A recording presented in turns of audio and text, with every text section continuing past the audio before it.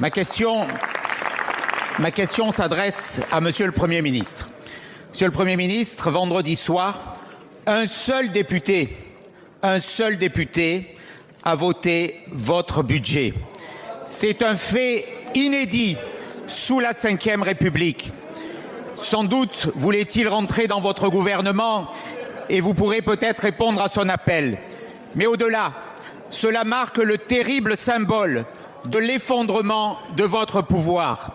Dans n'importe quelle démocratie respectueuse des institutions, un Premier ministre responsable aurait immédiatement démissionné.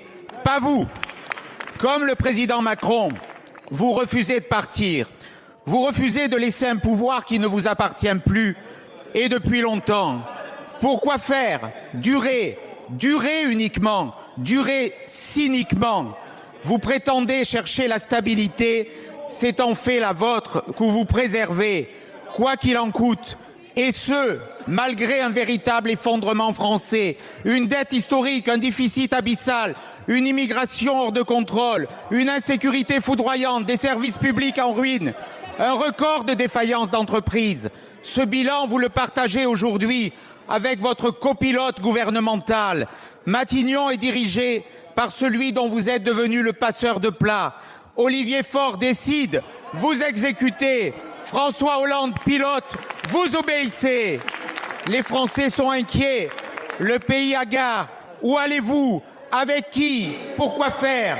Monsieur le Premier ministre, à quand enfin un sursaut de dignité? Quand assumerez-vous enfin la responsabilité qui s'impose et que tout un pays attend? Allez-vous rompre avec la gauche irresponsable ou continuer de mener le pays à la ruine? Merci beaucoup, Monsieur le Président Ciotti. La parole est à Monsieur le Premier ministre. Merci beaucoup, Madame la Présidente de l'Assemblée nationale, Mesdames et Messieurs les députés. Rien de tel qu'un peu de finesse pour rafraîchir l'atmosphère, Monsieur le Président Ciotti. Rien de tel qu'un peu de subtilité pour nous détendre ensemble cet après-midi depuis le temps que je vous connais. Cela me permet quand même de vous dire sérieusement que dans une démocratie, il serait bon qu'un président de groupe qui siège ici depuis autant d'années défende le principe même d'un exercice parlementaire, défende l'Assemblée nationale, défende le débat parlementaire. Vous m'avez écrit, Monsieur le Président Ciotti, sur un papier en tête UDR, certainement pour vous réclamer du gaullisme, ce qui ne manque pas de malice au regard de vos nouvelles alliances électorales, dans lequel vous m'indiquiez que vous aviez un contre-budget pour la France.